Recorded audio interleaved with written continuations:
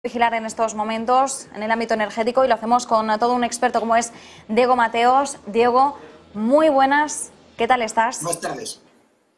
Bueno, Diego, como decimos, era un dato que ya vigilábamos porque hace unas semanas ya conocíamos que aproximadamente estábamos rondando esos 800.000 millones de euros en ayudas. Es una cifra significativa, tenemos que tener en cuenta que es una cifra recopilada en los últimos meses, desde el estallido de la guerra en Ucrania, hace ya casi un año, y veremos hasta qué punto, ¿no?, se sigue engrosando. Estamos pasando este invierno con mejor nota de lo esperado, sí, pero todavía no ha pasado lo peor. De hecho, hoy Paolo Gentiloni aseguraba que, ojo, que el shock energético todavía sigue ahí, que aunque estemos superando este invierno con mejor nota de lo esperado, no hay que descartar el hecho de poder tener un impacto más negativo de cara a 2023-2024. ¿Cómo vamos a llenar ese almacenamiento de gas si ahora ya vamos a prescindir completamente del suministro ruso? Y esta va a ser una de las claras cuestiones. Pero sobre todo, mirando esa cifra, 800.000 millones de euros, que es una cifra...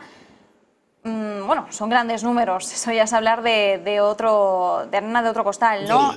¿Cómo tenemos que situar esta cifra que decimos con tanta agilidad, con tanta facilidad, pero que aún así pone de manifiesto pues el músculo que hemos tenido que sacar en Europa?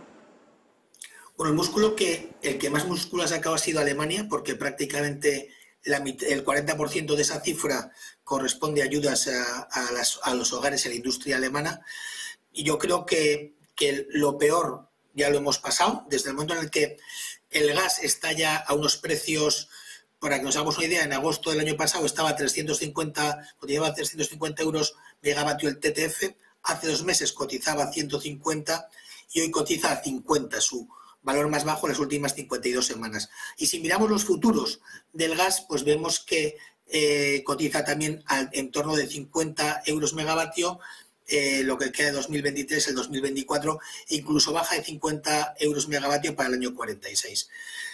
Con lo cual yo creo que lo peor ya lo hemos visto, a no ser que nos dediquemos a Europa a hacer políticas extrañas y imponer sanciones donde no nos lo podemos permitir, ¿no? O sea, el precio de la energía, del gas, subió antes de la guerra de Ucrania, aunque estos son datos a partir de la guerra de Ucrania, pero ya 6 meses antes ya el gas se había disparado de precio, ya estaba cotizando en máximos históricos, y todo es debido a que las políticas europeas de transición energética lo que estamos haciendo es quitar el carbón, quitar la nuclear, y eso hay que sustituirlo por algún tipo de tecnología, y la más rápida es, lógicamente, es el gas. Todo lo que apuesta Europa en este momento para gestionar nuestro sistema energético es el gas.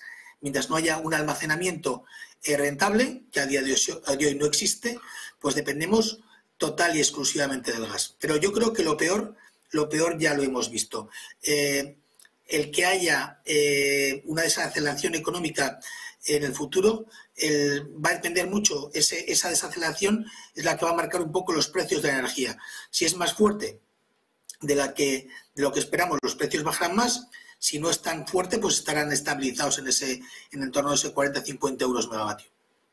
Bueno, muy interesante que nos digas, bueno, probablemente lo peor ya lo hemos visto, ya ha pasado, porque además en esa misma línea se están empezando a mover también algunos líderes europeos. Sin ir más lejos, Valdis Dombrovskis, el vicepresidente de la Comisión de la Unión Europea, ha lanzado en esta última hora un mensaje bastante interesante de la que podríamos hacer esa misma lectura, ¿no? Dice que Europa en estos momentos, que los países que conforman el viejo continente deberían empezar a alejarse ya de ese gasto masivo para ayudar a hogares y a empresas a superar la crisis energética. Entendemos que si empieza a lanzar este tipo de mensaje a los países europeos diciéndoles, oye, que ya habéis ayudado suficiente, podéis empezar a alejaros de ese gasto para no adentraros en un déficit todavía mayor, quiere decir, por tanto, que la perspectiva europea es mejor, ¿no?, de lo que se esperaba en un principio, si podemos empezar a prescindir de esos enormes gastos. Sí, sobre todo porque el mercado o sea, el mercado estamos pagando ahora, que es mucho, el doble de lo que pagábamos antes, pero no 5 veces más. O sea, hemos llegado a pagar 5 veces más lo que solía costarnos la energía. Ahora pagamos únicamente, con todas las comillas que podamos ponerle, el doble de lo que veníamos pagando antes. y con unas perspectivas de que, bueno, de que baje el precio o se mantengan estos niveles. Las empresas ya han hecho esfuerzos en temas de eficiencia energética, de adaptarse a estos nuevos precios, y más o menos bueno, pues están en un entorno bastante estabilizado.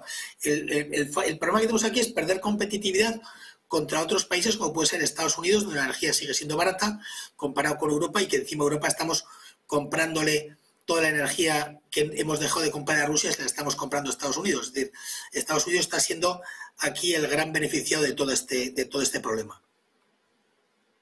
También tenemos que vigilar cómo, por ejemplo, el carbón sigue manteniéndose como pieza clave, ¿no?, en el sistema energético europeo. Hoy también veíamos cifras que nos indican cómo Alemania está abrazando con fuerza la quema de carbón. Bueno, cuando hablábamos de las cifras, ¿no?, de esos 800.000 millones de euros, nos decías, bueno, Alemania realmente tiene la mayor parte, ¿no?, con esos 270.000 de gasto, y evidentemente Alemania ha sido la economía más afectada, era la más dependiente del suministro ruso, y estamos viendo cómo también en el caso de las alternativas es quien con más fuerza les está abrazando, como es el caso del carbón, pero también estamos viendo cómo Europa está asumiendo 2 años más, ¿no?, de ese uso intensivo de esta materia, que realmente pues la intención inicial de irnos alejando progresivamente del carbón ha quedado a un lado pues de forma temporal. Claro, la pregunta es hacia dónde vamos ahora, y si vamos a seguir machacando el carbón, ¿hasta cuánto tiempo?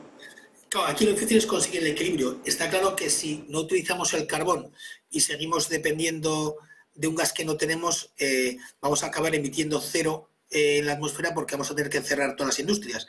Entonces, bueno, hay que buscar cierto equilibrio. De todas formas, todavía quedan cisnes negros que nos pueden aparecer en cualquier momento, ¿no? Por ejemplo, hemos impuesto sanciones a Rusia en todo tipo de energías, pero tenemos, por ejemplo, uranio enriquecido, que 1/3 del uranio enriquecido que consume Europa viene de Rusia. Ya, y de momento estamos todos callados. Si a Putin le da por también cortar el chorro, o nosotros somos tan insensatos de ponerle sanciones al uranio enriquecido, pues tendríamos un problema energético añadido, sobre todo Francia, que depende mucho nuclear, y España, por ejemplo, tiene reservas de uranio enriquecido para año y medio. Es decir, podemos agrandar el problema. A mí lo que está sorprendiendo de Europa es que muchas de las medidas que ha tomado han sido tiros en el pie, realmente, con muy poca efectividad a la hora de intentar reducir los ingresos de Rusia, pero con una gran trascendencia en la economía europea. Entonces, espero que a la hora de tomar decisiones Europa las haga con un poco más de cabeza y mirando con una perspectiva más a largo plazo. Quedamos con esas perspectivas y, como bien decías, con esos cisnes negros que todavía quedan en el horizonte del panorama energético. Diego Mateos, experto energético, como siempre, muchísimas gracias. Gracias a vosotros. Un saludo. Bueno, y a esta hora tenemos que